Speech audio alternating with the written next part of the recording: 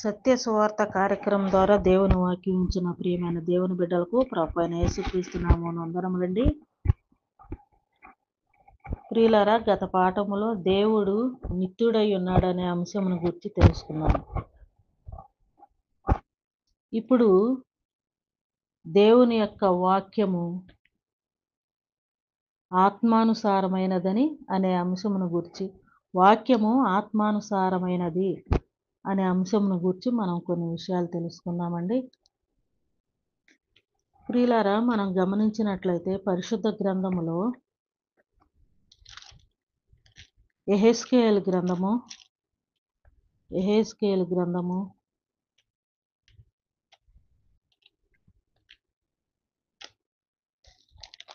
2వ అధ్యాయం మనం చూసినట్లయితే, దానికన్నా ముందుగా మనము పరిశుద్ధ గ్రంథం గురించి తెలుసుకోవాలి. ఈ లోకంలో ఉన్న అనేక గ్రంథాల గురించి మనం తెలుసుకుందామండి. నిజముగా మనం గమనించినట్లయితే ఈ లోకములో ఎన్నో రకాల పుస్తకాలు ఉన్నాయి, ఎన్నో రకాల మత గ్రంథాలు ఉన్నాయి. ప్రతి గ్రంథము కూడా, ఏ గ్రంథమును చూసినా అవన్నీ కూడా మనుషులు వారి యొక్క ఆలోచనలను బట్టి, వారి యొక్క తెలివి జ్ఞానములను బట్టి ఆ యొక్క పుస్తకాలు వ్రాయబడినవి. ఇక మత గ్రంథాలను కనుక మనం చూసినట్లయితే, ఏ మతము ఏ గ్రంథం ఉందో ఆ గ్రంథాలను మనం పరిశీలన చేసినట్లయితే అందున్న భక్తులు లేదా అందున్న దేవుళ్ళు అనబడే వాళ్ళు, వాళ్ళ యొక్క చరిత్ర ఉంటుంది దానిలో. ఎవరైతే దేవుడు అనేసి అనబడి ఉన్నారో ఆ దేవుని గూర్చిన విషయాలు అక్కడ ఉంటాయి. ఆ దేవుని గూర్చిన విషయాలు అక్కడ ఉంటాయి. ఆ దేవుడు ఎవరు, ఎలాంటి వారు అంటే, వాళ్ళ గురించి మనం వేరే చెప్పాలని కాదు, కానీ దేవుడు అంటే ప్రత్యేకమైన వాడు, దేవుడు అంటే గొప్పవాడు, దేవుడు అంటే ఆశ్చర్యకరుడు. మరి గొప్పవాడు, ఆశ్చర్యకరుడు, బలవంతుడైన వాడు దేవుడు అంటే ఆయనకు ఒక ప్రత్యేకత ఉంటుంది. ఆ విధముగా చూస్తే దేవుడు అనబడేవారు వారి యొక్క గ్రంథములో వారి యొక్క చరిత్రలను గురించి ఆలోచించినట్లయితే, ఎవరైతే దేవుడు అనబడి ఉన్నారో ఆ దేవుడు చరిత్ర ఏంటి, ఆ యొక్క దేవుని యొక్క పుట్టు పూర్వత్రాలు ఏంటి, వారి యొక్క జీవిత చరిత్ర ఎలాగున్నది, పుట్టిన తరువాత వాళ్ళ యొక్క జీవిత చరిత్ర ఎలాగుంది, పుట్టక ముందు వాళ్ళ గురించి, దేవుడు అనబడే వాని గురించి పుట్టక ముందే వాని గురించి ఏమైనా చరిత్ర ఉన్నదా, పుట్టిన తరువాత వాళ్ళకి జీవిత విధానములో సహజ మానవ జీవితము కంటే ప్రత్యేకమైనదిగా ఏమైనా ఉన్నదా అనేసి నేను ఆలోచిస్తే, ఆ విధముగా గ్రంథాలను కనుక మనం పరిశీలన చేసినట్లయితే, ఏ గ్రంథము ఎవరి చేత రాయబడింది, ఏ విధముగా రాయబడింది, ఎలాంటి చరిత్ర గ్రంథాల్లో ఉన్నాయో మనకి అవి చదివితే మనకు అర్థమవుతాయి.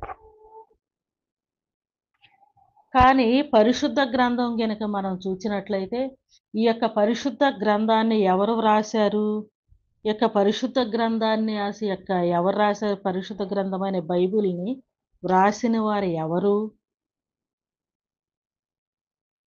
దేవుడి గురించి మనం తెలుసుకోవాలంటే మనం గత పాఠాల్లో కూడా ఎన్నో విషయాలు తెలుసుకున్నాము. దేవుడు అంటే ఆది అంతము లేనివాడు, శాశ్వతమైన వాడు, పరిశుద్ధుడైన దేవుడు. ఆ దేవుని గురించి గత పాఠాల్లో మనం తెలుసుకున్నాం. కానీ ఇప్పుడైతే ఇక పరిశుద్ధ గ్రంథము గురించి మనం తెలుసుకుందాం. పరిశుద్ధ గ్రంథం ఎవరు రాశారు, ఎందుకు రాశారు అనేసి మనం చూస్తే, ఇక్కడ పరిశుద్ధ గ్రంథములో యెహెజ్కేలు రాసిన గ్రంథము 2వ అధ్యాయం 1వ వచనం నుంచి మనం చూసినట్లయితే, ఇక్కడ దేవుడు ఈ యొక్క యెహెజ్కేలుతో మాట్లాడుతూ ఉంటున్నాడు. ఏమని మాట్లాడుతూ ఉంటున్నాడు, నరపుత్రుడా, నీవు చక్కగా నిలవబడుము, నేను నీతో మాట్లాడేదను అని ఆయన నాతో మాట్లాడినప్పుడు ఆత్మ నాలోనికి వచ్చి నన్ను నిలువబెట్టెను. అప్పుడు నాతో మాట్లాడిన వాని స్వరము వింటిని. ఇక్కడ నట్లయితే నరపుత్రుడా నీవు చక్కగా నిలువబడు. నేను నీతో మాటలాడవలెను అని ఆయన యెహెజ్కేలుతో మాట్లాడుతూ చెప్తూ ఉన్నాడు. అప్పుడు ఆత్మ యెహెజ్కేలులోనికి వచ్చిందంట. ఆత్మ యెహెజ్కేలులోనికి వచ్చింది. అప్పుడు ఆత్మ నాలోనికి వచ్చి నన్ను నిలవబెట్టాను.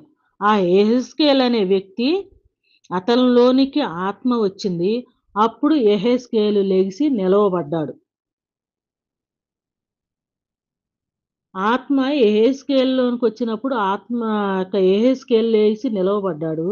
అప్పుడు నాతో మాటలాడిన వాని స్వరము వింటిని.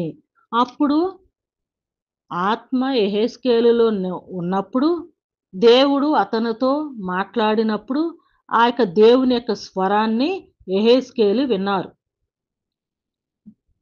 దేవుని యొక్క స్వరం వినాలి అంటే ఎప్పుడు విన్నాడు?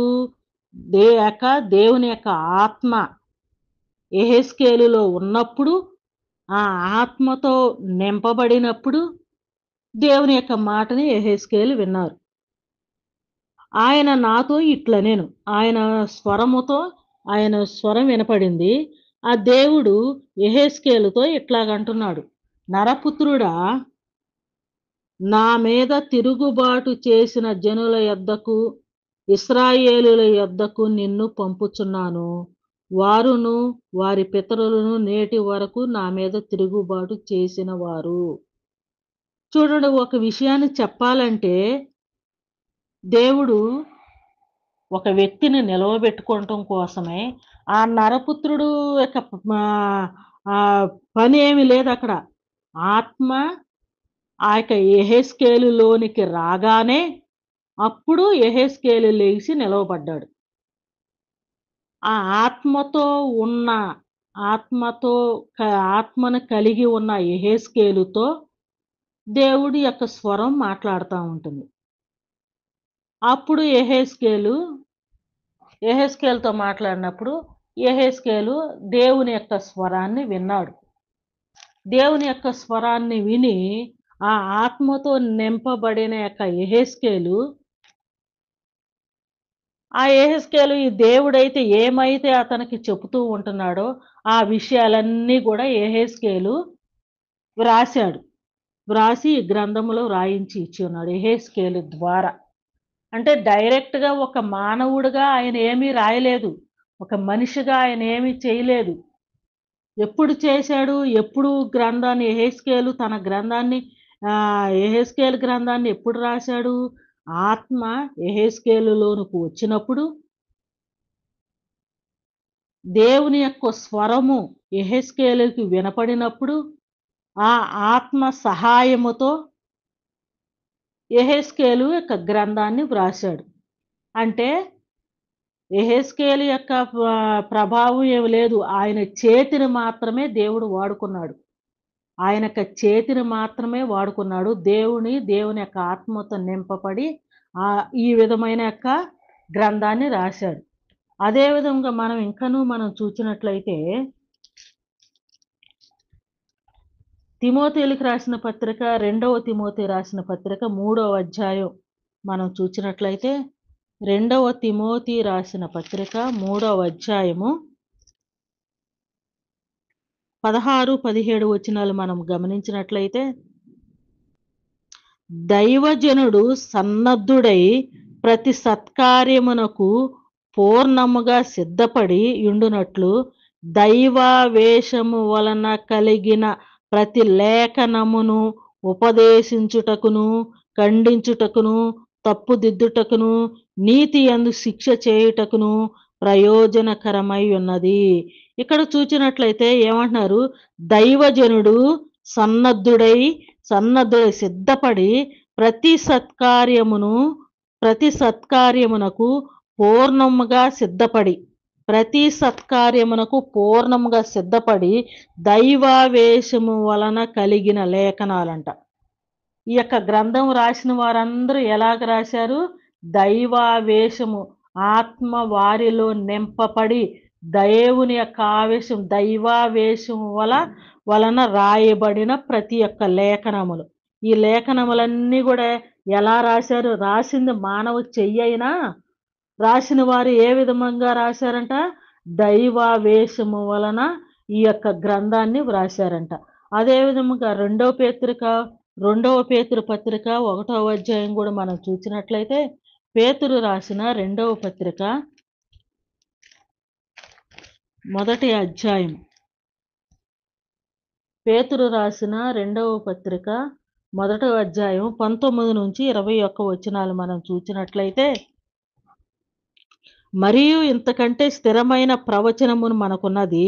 తెల్లవారి వేకువ చుక్క మీ హృదయములో ఉదయించు వరకు ఆ వాక్యము చీకటి గల చోటను వెలిగించు దీపమై ఉన్నట్టు దాని యందు మీరు లక్ష్యముంచిన ఎడల మీకు మేలు. ఒకడు తన ఊహను బట్టి చెప్పుట వలన లేఖనములలో ఏ ప్రవచనములు పుట్టదని. చూడండి, ఒకడు తన ఊహను బట్టి చెప్పుట వలన లేఖనములలో లేఖనములో ఏ ప్రవచనమును పుట్టలేదంట. అంటే ఏ ఒక్కడు కూడా ఈ యొక్క లేఖనాన్ని తన యొక్క ఊహను బట్టి వ్రాయలేదు. మరి ఎలాగ రాశారు అనేసనంటే, దేవుని యొక్క ఆత్మ కలిగి, దైవావేశము కలిగిన ఆత్మతో దేవుని యొక్క స్వరము యెహెజ్కేలులో మనం చూసాం గదా! యొక్క ఆత్మ అతనిలోనికి వచ్చినప్పుడు దేవుని యొక్క స్వరం అతనికి వినపడి, ఆ విధముగా యెహెజ్కేలుతో వ్రాయించి ఇచ్చాడు.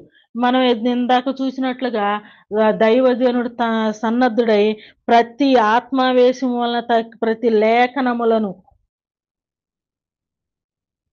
దైవావేశము వలన కలిగిన ప్రతి లేఖనమును దైవావేశం వలన రాశారంట. అంతేగాని ఏ ఒక్క ప్రవక్త కూడా ఈ యొక్క గ్రంథాన్ని వారి యొక్క సొంత ఊహలను బట్టి రాయలేదు.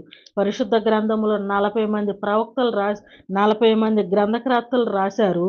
ఈ 40 మంది కూడా దైవావేశం వలనే రాశారు తప్ప, మనుషులు సొంత ఆలోచనలు, వారి యొక్క సొంత ఊహలను బట్టి వ్రాయలేదు అని మనం ఇక్కడ చూడగలుగుతున్నాం. అదేవిధంగా గలతీయులకు రాసిన పత్రిక 1వ అధ్యాయం కూడా మనం చూసినట్లయితే, గలతీయులకు రాసిన పత్రిక 1వ అధ్యాయము 11, 12 వచనాలు మనం పరిశీలన చేసినట్లయితే, సహోదరులారా, నేను ప్రకటించిన సువార్త మనుష్యుని యోచన ప్రకారమైనది కాదని మీకు తెలియజెప్పుచున్నాను. మనుషుని వలన దానిని నేను పొందలేదు, నాకెవడును దాని బోధింపను లేదు. కానీ యేసుక్రీస్తు బయలుపరచుట వలనే అది నాకు లభించినది. చూడండి, ఇక్కడ ఇక్కడ భక్తుడు ఏమంటున్నాడంటే, అపోస్తులుడైన పౌలు గారు ఏమంటున్నారంటే, సహోదరులారా, నేను ప్రకటించిన సువార్త మనుషుని యోచన ప్రకారమైనది కాదు. మనుషుల యొక్క ఆలోచన, వారి యొక్క యోచన ప్రకారమైనది కాదని మీకు తెలియజెప్పుచున్నాను. మనుషుని వలన దానిని నేను పొందలేదు. ఎవరి వలన ఈ యొక్క లేఖనాలు పొందారంట? దేవుని వలనే, దేవుని యొక్క ఆత్మ వలనే ఈ యొక్క లేఖనములు వ్రాసినట్టుగా పౌలు గారు కూడా చెప్తూ ఉంటున్నారు.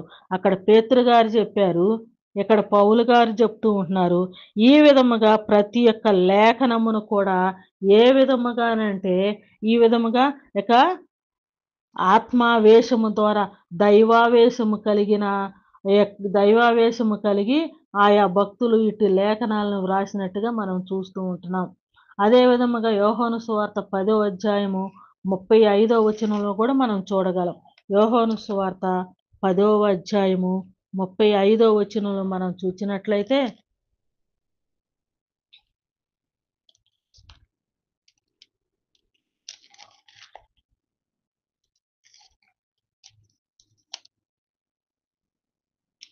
లేఖనములు నిరర్ధకము కానేరదు కదా. దేవుని వాక్యం ఎవరికిని వచ్చెనో వారే దైవములని చెప్పిన ఎడల, నేను దేవుని కుమారుడనని చెప్పినందుకు తండ్రి ప్రతిష్ఠత చేసి ఈ లోకములోనికి పంపిన వానితో నీవు దూషణయు చేయుచున్నావని చెప్పుదురా. ఇక్కడ మనం చూసినట్లయితే, దేవుని యొక్క వాక్యములు దైవావేశము వల్ల రాయబడిన మాటలని దేవుడు తన దైవజనుల ద్వారా వ్రాయించిన మాటలని, ఆ మాటలను పక్కన పెట్టి ఎవరైనా సొంత మాటలు కల్పించి, ఈ విధముగా సొంత ఆలోచనలు కలిగిన మాటలతో గనక ఇట్లా చెప్పినట్లయితే అవి దేవుని యొక్క మాటలు అవుతాయా? అలాగ కావు కదా!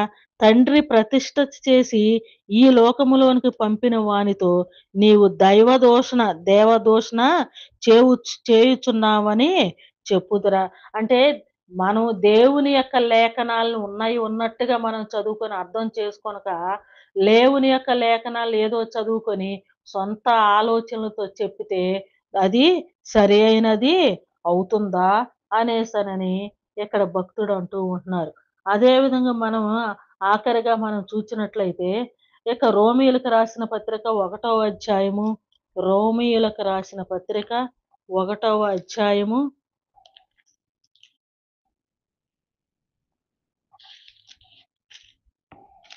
1-7 వచనాలు మనం పరిశీలన చేసినట్లయితే, ఇక్కడ పౌలు గారు చెప్తూ ఉంటున్నారు. యేసుక్రీస్తు దాసుడును, అపోస్తలునిగా నుండుటకు పిలువబడిన వాడును. చూడండి, యేసుక్రీస్తు దాసుడంట ఆయన. ఎవరు? పౌలు గారు. అపోస్తలుడుగా ఉండుటకు పిలువబడినవాడు. అపోస్తలుడంటే ప్రత్యేకింపబడిన వారు. అపోస్తలులు అనగా దేవుని కోసమై ప్రత్యేకింపబడిన వారు. దేవుని పని కోసమై ప్రత్యేకింపబడినవాడు. దేవుని కోసమై ప్రత్యేకింపబడిన వారు అపోస్తులులు. ఆ విధముగా అందుకని అంటున్నాడు, యేసుక్రీస్తు దాసుడును, అపోస్తులుడుగా నుండుటకు పిలువబడిన వాడును. అంటే అపోస్తులుడుగా ఉన్నాడంటే దేవుని యొక్క పని కోసమై వారు ఉన్నారు. దేవుని యొక్క లేఖనములను వివరించుటకై వారు ఉన్నారు. అదే విధంగా ఆహ్, దేవుని సువార్త నిమిత్తము ప్రత్యేకింపబడిన వాడునైన పౌలు రోమాలో ఉన్న దేవుని ప్రియులందరికీ అనగా పరిశుద్ధులుగా ఉండుటకు పిలువబడిన వారికందరికీ శుభమని చెప్పి వ్రాయునది. మన తండ్రి అయిన దేవుని నుండియు, ప్రభువైన యేసుక్రీస్తు నుండియు కృపా సమాధానములు మీకు కలుగునుగాక. దేవుడు తన కుమారుడును మన ప్రభువునైన యేసుక్రీస్తు విషయమై ఆ సువార్త ఆ సువార్తను పరిశుద్ధ లేఖనములయందు తన ప్రవక్తల ద్వారా ముందుగా వాగ్దానము చేసెను. తన ప్రవక్తల ద్వారా పరిశుద్ధ లేఖనములయందు తన ప్రవక్తల ద్వారా ముందుగానే వాగ్దానము చేసెను. యేసుక్రీస్తు వారి గురించి ప్రవక్తల ద్వారా ముందుగానే వాగ్దానము చేయబడి ఉన్నారంట. అంటే ఇవన్నీ కూడా ఏ విధముగా చెప్తూ ఉంటున్నారు? ఆత్మ, ఆత్మతో నింపబడిన వారై, దేవుని యొక్క స్వరము వినిన వారై, దేవుని స్వరముతో చెప్పిన మాటలన్నీ ఈ విధముగా వ్రాయబడి ఉన్నట్టుగా మనం చూస్తూ ఉన్నాం. ఈయన నామము నిమిత్తము సమస్త జనులు విశ్వాసమునకు విధేయులగునట్లు ఈయన ద్వారా మనము కృపను కృపను అపోస్తులత్వమును పొందితిమి. మీరును వారిలో ఉన్నవారై యేసుక్రీస్తు వారుగా ఉండుటకు యేసుక్రీస్తు వారిగా ఆయన వారిగా ఉండుటకు పిలువబడి ఉన్నారు. యేసుక్రీస్తు అనే ఆయన వ్యక్తులంగా మనం ఉండటం కోసమై మనం పిలువబడ్డామంట. ఆ విధముగా దేవుని యొక్క బిడ్డలుగా ఉండుటకు వారిని ప్రత్యేకంగా దేవుడు ఏర్పాటు చేసుకొని చూసినట్లయితే ఇక పరిశుద్ధ గ్రంథములో వ్రాయబడిన 40 మంది ప్రవక్తలు కూడా 40 మంది కర్తలను కూడా దేవుడు ప్రత్యేకంగా ముందుగా ఎన్నుకొని ఉన్నాడు. ఆయన ముందుగా ఏర్పాటు చేసుకొని ఉన్నాడు.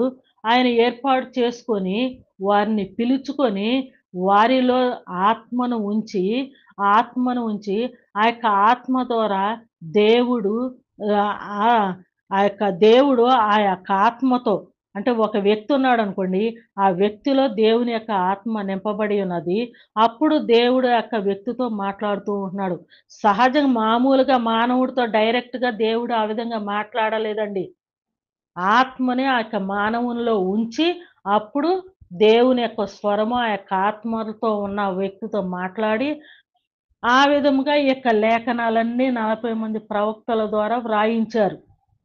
అంతే తప్ప ఈ గ్రంథము మనుషులు యొక్క సొంత ఆలోచనలతోని, సొంతగా ఊహించుకొని, ఈ విధంగా వారి యొక్క సొంత ఊహల ద్వారా రాయబడినవి కాదని మనం చూస్తూ ఉంటున్నాం.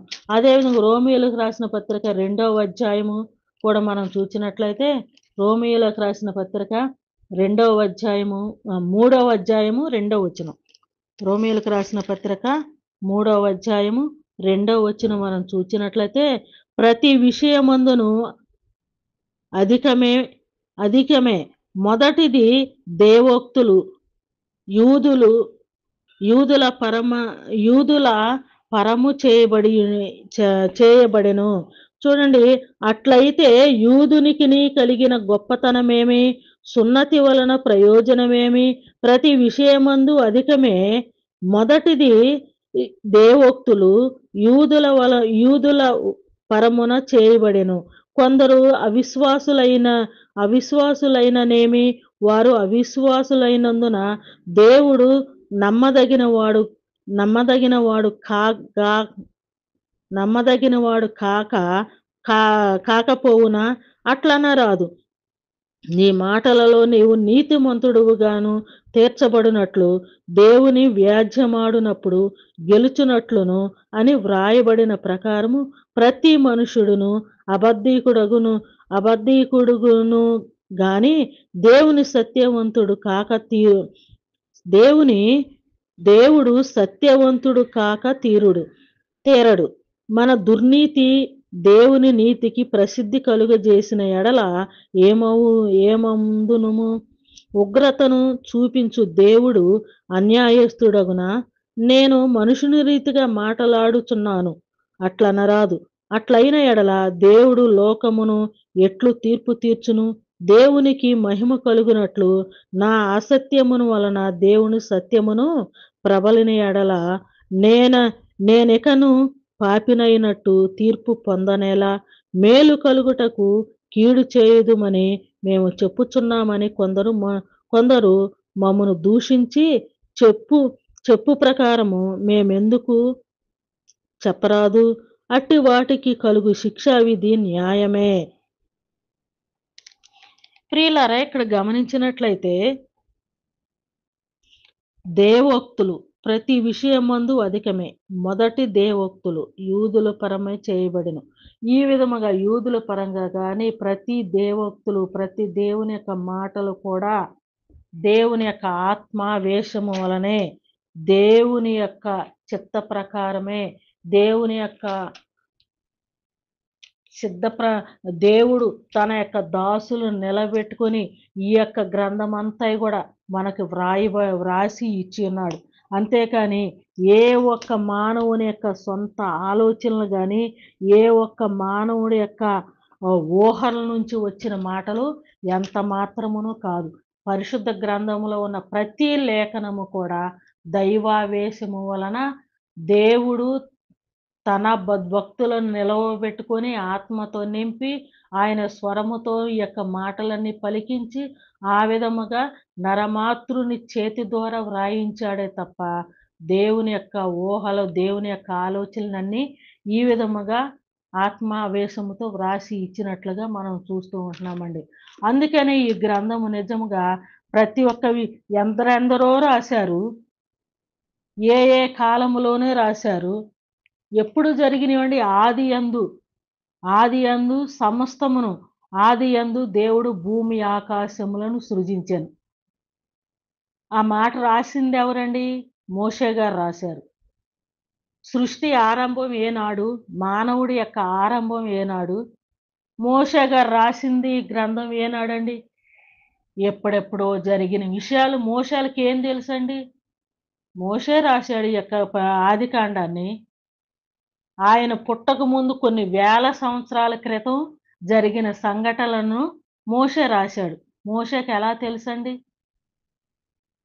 దేవుడు తన ఆత్మని మోషేలోనికి పంపించి ఆయన స్వరాన్ని మోషేకి వినిపించి ఆ విధముగా ఆ యొక్క ఆది కాండాన్ని వ్రాయించి ఇచ్చినట్లుగా మనం చూస్తూ ఉంటున్నాం. లేదంటే మోషేకెలా తెలుసండి? ఈ విధముగా ఒకటే కాదు. యెహెజ్కేలు గురించి తెలుసుకున్నాం. మోషే గారు రాసినవి చూసాం. ఇట్లా ప్రతి ఒక్క ప్రవక్తలు కూడా ఏ ఒక్కరు కూడా వారు ఏమి రాశారో వారికే తెలీదు. ద దేవుని యొక్క ఆత్మతో వారు నింపబడిన వారై, దేవుడు చెప్పినట్లుగా వాళ్ళు ఈ యొక్క గ్రంథాన్ని వ్రాసారు. అంత క్రమంగా, అంత చక్కగా వ్రాయించి ఇచ్చిన గ్రంథం. ఈ పరిశుద్ధ గ్రంథం ఎవరు రాశారు అంటే, దేవుడు తన భక్తులను ఉపయోగించుకొని వ్రాసిన గ్రంథము ఈ గ్రంథము. ఈ గ్రంథములో ఏమేమున్నయి? ఈ గ్రంథములో ఏమేమున్నవి అనేసనంటే, సమస్త సృష్టి ఆరంభము ఈ గ్రంథములోనే వ్రాయబడి ఉన్నది. సమస్త మానవుల యొక్క జన్మ, వారి యొక్క జీవిత విధానం గ్రంథములోనే వ్రాయబడి ఉన్నది. సృష్టి ఆరంభం ఇక్కడే రాయబడి ఉన్నది. ఎవరు సృజించారు? ఎలా సృజించారో, మానవుల్ని ఎలా సృజించారో కూడా వ్రాయబడి ఉన్నది. ఈ యొక్క అంతరిక్షములన్నీ గూడా ఎలా సృష్టింపబడినవో రాయబడి ఉన్నది. భూమిలో ఉన్న సకల జీవరాశులు ఏ విధముగా పుట్టింపబడినవో వ్రాయబడి ఉన్నవి. ఈ విధముగా సకల సృష్టి, సకల మానవాళ్ళు సమస్తమును గూడా దేవుడు ఏ విధముగా సృజించాడో దేవుడు తన భక్తులను ఉపయోగించుకొని గ్రంథములో చక్కగా వ్రాయించి ఇచ్చున్నారు. మన జీవితం, జీవించే విధానం, మన జన్మ, మన జీవిత విధానము అందుకే దావీదు భక్తుడు అంటూ ఉంటున్నాడు కీర్తన గ్రంథంలో, దేవా నీవు నన్ను కలుగజేసిన విధమును చూడగా భయమును, ఆశ్చర్యమును నాకు కలుగుచున్నవి అనేసని కీర్తన గ్రంథంలో దావీదు భక్తుడు చెప్తూ ఉంటున్నాడు. అంటే మానవుడును కలుగజేసిన విధమును గాని,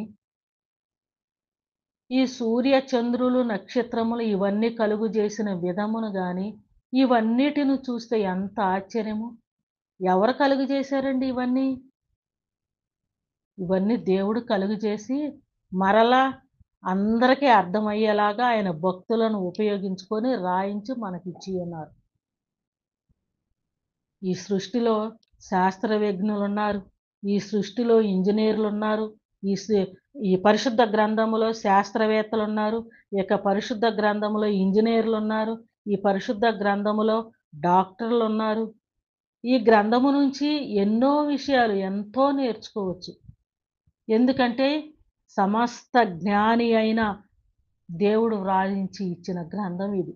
ఇలాంటి గ్రంథం భూలోకములో ఎక్కడైనా దొరికిద్దా అండి? ఇలాంటి గ్రంథం సృష్టిలో ఎక్కడ ఎతికినా దొరికిద్దండి? ఈ గ్రంథము ప్రకృతి సంబంధమైన ఈ శరీరముకు సంబంధించిన విషయాలన్నీ గ్రంథంలో రాయబడి ఉన్నది. ఈ శరీరములో దాగి ఉన్న ఆత్మ ఉన్నది. ఆత్మకు అంతము లేదు. శరీరమైతే ప్రాణం పోయిన తర్వాత మట్టిలో కలిసిపోతుంది గానీ, ఆత్మకి అంతమే లేదు. ఈ యొక్క అంతము లేని ఆత్మ బ్రతికి ఉన్నంత కాలం మన దగ్గర ఉంటుంది. మనలో ఉంటుంది. ప్రాణం పోయిన తర్వాత తాను సృజించిన దేవుని యొద్దకి ఎళ్ళిపోతుంది ఆత్మ. ఆ తరువాత అక్కడ నీతిమంతులైతేనేమో దేవుని దగ్గరుంటారు. అనీతిమంతులైతేనో నరకానికెళ్ళిపోతారు. అంటే ప్రకృతి సంబంధమైన విషయాలన్నీ ఉన్నాయి. ప్రకృతి సంబంధమైన ఈ శరీరము, దేహమును సంబంధించిన విషయాలన్నీ గ్రంథములో రాయబడి ఉన్నాయి. మనలో ఉన్న అంతము లేని ఆత్మ, శాశ్వతమైన ఆత్మ మనలో ఉన్నది. ఆ ఆత్మ ఎప్పుడు, ఎక్కడ, ఎలా ఉంటుంది, తరువాత ఏం జరుగుద్ది అనే విషయాల గురించి కూడా ఈ గ్రంథంలోనే వ్రాయబడి ఉన్నది. ఆది, అంతము అయున్న దేవుడు, సమస్తమును కలుగజేసిన దేవుడు, అన్ని విషయాలను గూడా దేవుడి యొక్క గ్రంథంలో వ్రాయించి మన కోసం ఇచ్చాడు. ఈ యొక్క గ్రంథాన్ని ఇలాంటి గ్రంథము ప్రపంచంలో ఎక్కడ ఎతికినా దొరకదండి. ఏ గ్రంథాలు చూసినా కేవలం ప్రకృతి సంబంధమైన వాటి గురించే బోధిస్తా ఉంటాయి. మన ఈ కళ్ళకి కనిపించే ప్రకృతి సంబంధమైన వాటి గురించే బోధిస్తా ఉంటాయి. కానీ ఆత్మ సంబంధమైన విషయాల గురించి ఏ గ్రంథం బోధించదు. కానీ పరిశుద్ధ గ్రంథంలో చూసినట్లయితే ఆత్మకు సంబంధించిన విషయాలు ఎన్నెన్నో ఉన్నాయి. ఎన్నో విషయాలు మనకి ఈ యొక్క గ్రంథం మనకు నేర్పిస్తూ ఉంటుంది. మరి ఇలాంటి గ్రంథం గురించి మనం ఎంత చదువుకున్నా, ఎంత తెలుసుకున్నా ఇంకా మనకి తెలుసుకోవాల్సినవి ఎన్నో ఉన్నాయండి. మరి ఇలాంటి గ్రంథాన్ని, ఇలాంటి జ్ఞానము మనకింకెక్కడైనా దొరికిద్దా? ఇంత గొప్ప జ్ఞానము మనకింకెక్కడైనా దొరికిద్దా? ఈ యొక్క గ్రంథాన్ని జాగ్రత్తగా చదవండి. ఉన్నది ఉన్నట్టుగా చదవండి. ఏ ఒక్క సొంత ఆలోచనలు యొక్క గ్రంథములో కలపకండి. దేవుడు స్వయముగా ఇచ్చిన మాటలు మాత్రమే ఉన్నట్టుగా అర్థం చేసుకొని, వాక్యానుసారముగా ఈ లోకంలో జీవించి, వా ఈ లోకమును విడిచిన తరువాత శాశ్వతమైన అట్టి పరలోక రాజ్యములో చేరటానికి ఏ విధముగా ఆ పరలోక రాజ్యంలో మనం చేరతామో కూడా ఈ యొక్క గ్రంథములోనే వ్రాయబడి ఉన్నది. ఆ విషయాలు కూడా అందరూ చక్కగా గ్రహించుకొని అట్టి గొప్ప దేవుని యొక్క దీవెనలు, ఆశీర్వాదాలు ప్రతి ఒక్కరు కూడా పొందుకోవలసినదిగా ప్రభువు పేరట ప్రతి ఒక్కరిని కూడా మనవి చేస్తూ, ఈ యొక్క పరిశుద్ధ గ్రంథం యొక్క గొప్పదనాన్ని ప్రతి ఒక్కరు కూడా గ్రహించవలసినదిగా మనవి చేస్తూ, ఈ నా మాటలు ముగిస్తూ ఉంటున్నాను. షేర్ చేయండి, సబ్‌స్క్రైబ్ చేయండి, లైక్ చేయండి. అందరికీ వందనములు.